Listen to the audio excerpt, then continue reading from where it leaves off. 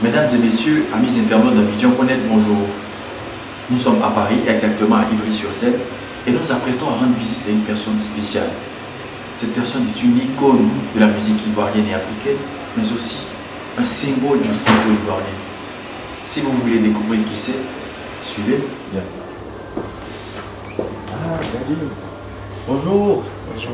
Comment ça va? Ça va bien, merci. Merci pour l'honneur que tu nous fais. Alors, vous avez décidé de me recevoir, c'est moi qui vous remercie.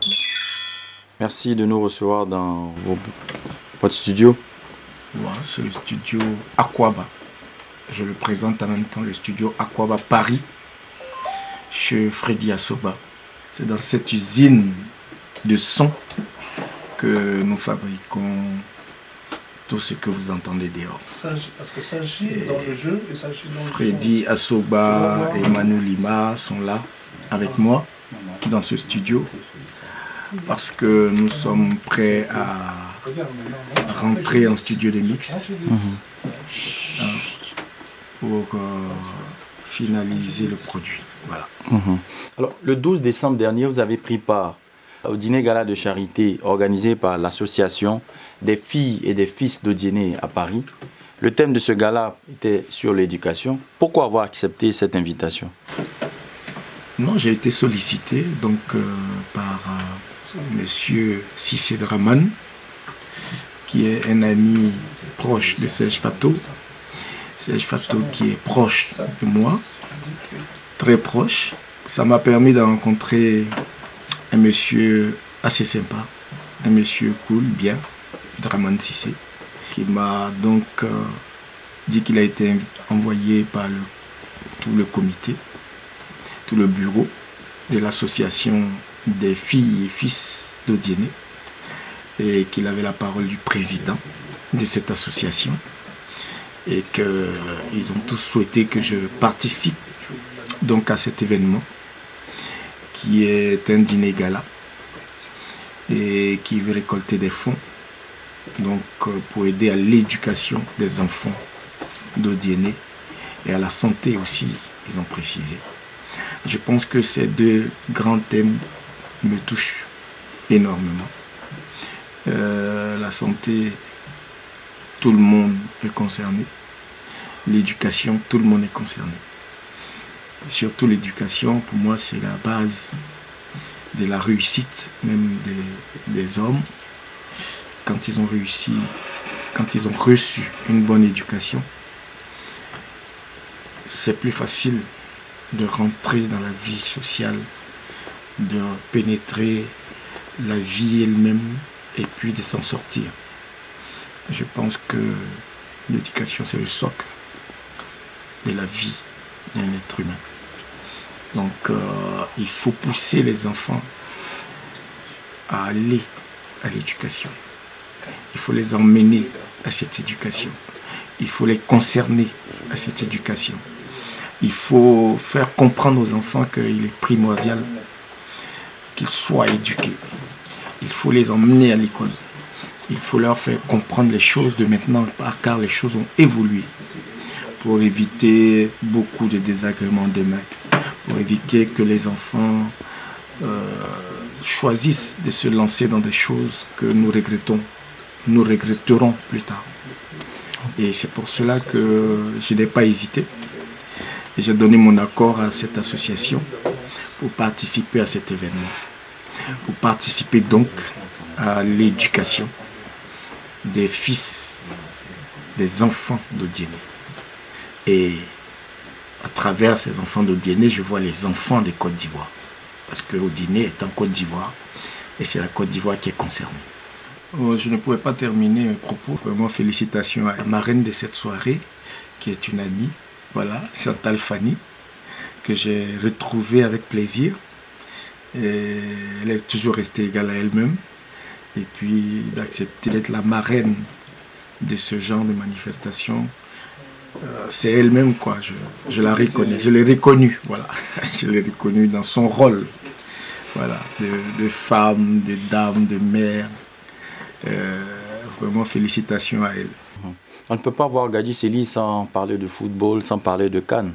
Premier Ivoirien, étant capitaine des éléphants, à avoir soulevé la CAN, la Coupe d'Afrique des Nations en 1992.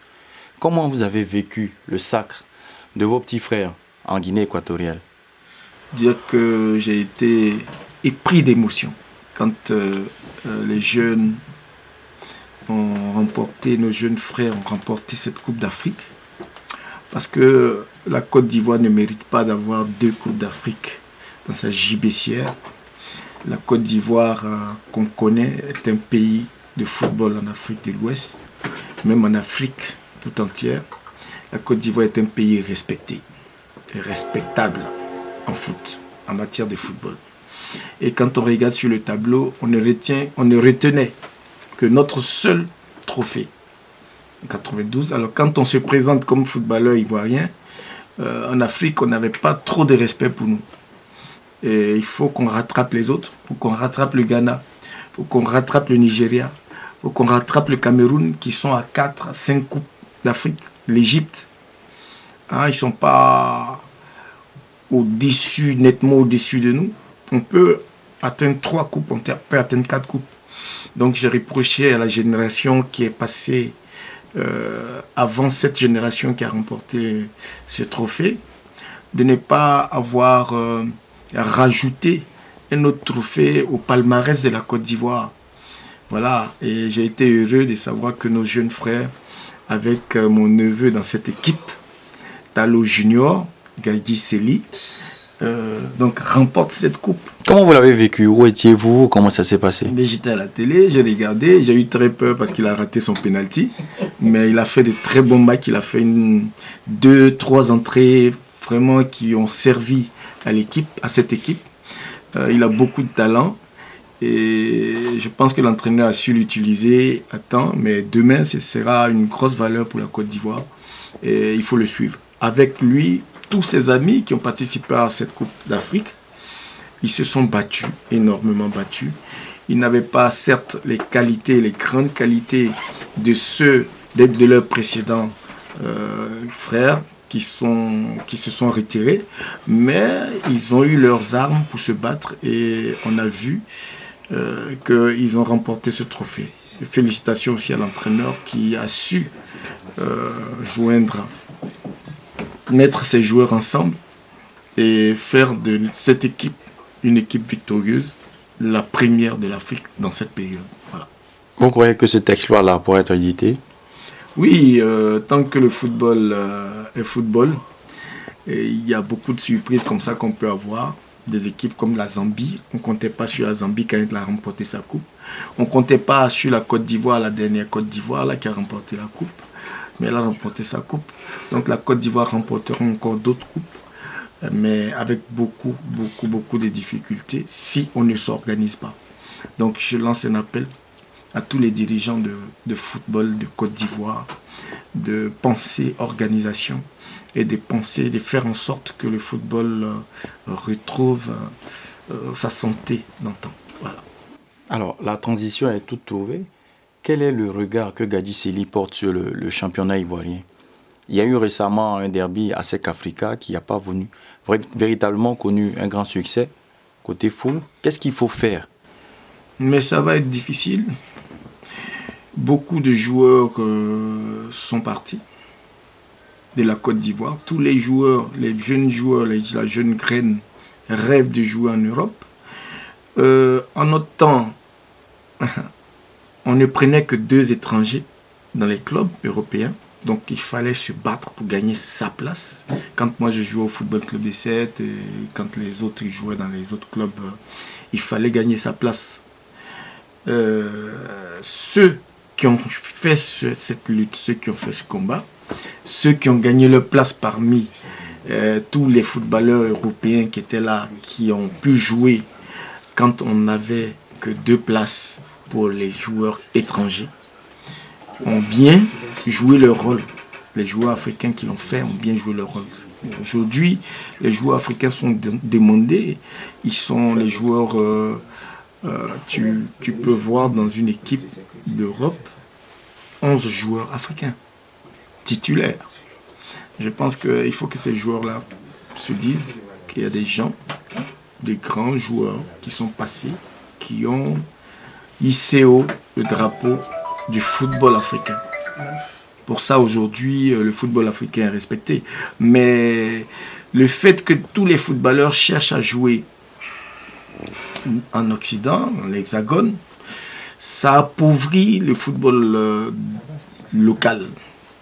Et pour trouver solution à ce problème, il va falloir redoubler d'efforts dans la promotion donc, du footballeur africain, du football en Afrique.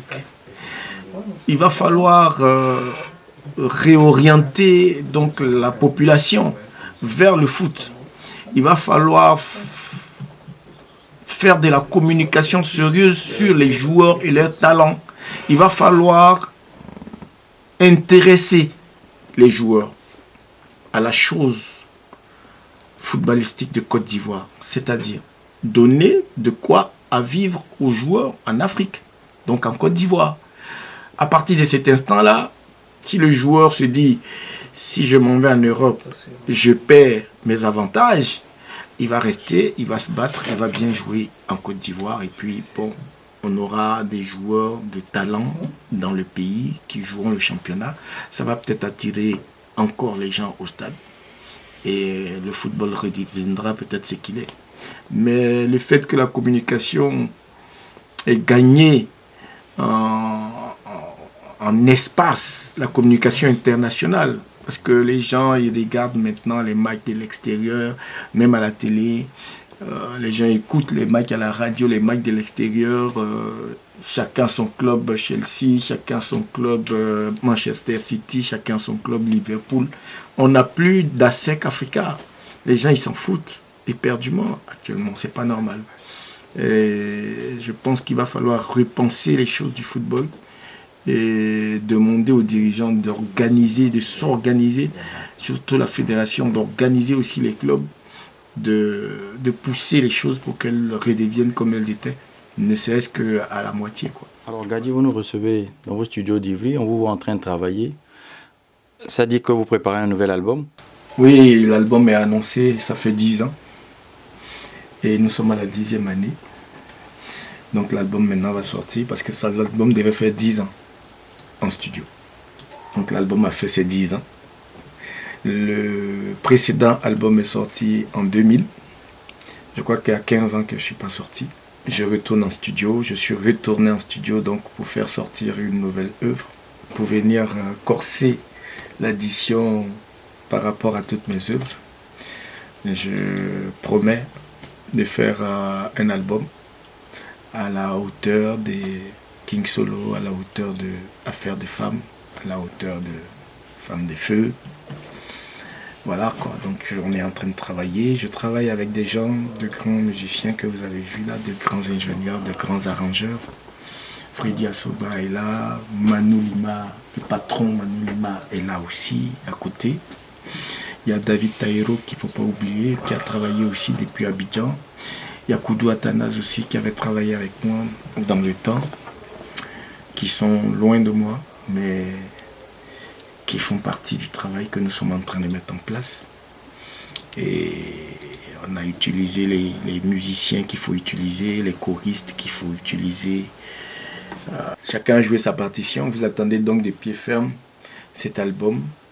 Je vous promets qu'il va sortir à partir de l'année prochaine, janvier, février, vous l'aurez, mars, vous l'aurez déjà dans vos...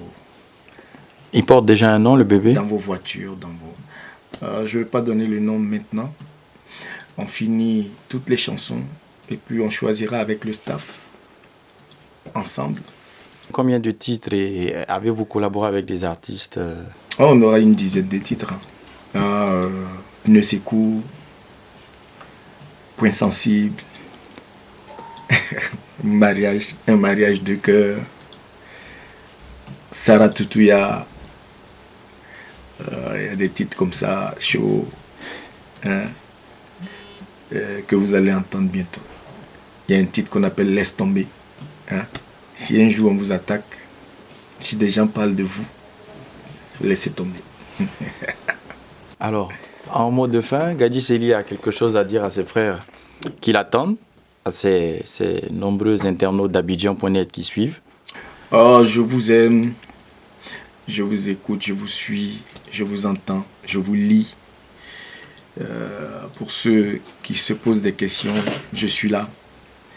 Je vous réserve une surprise dans mon domaine, celui que je maîtrise le plus aujourd'hui. Hein, ça va venir, ne vous inquiétez pas. Tranquillisez-vous, je suis prêt. Grâce à des gens qui m'ont aidé, vous m'entendrez bientôt. Je vous embrasse. D'accord.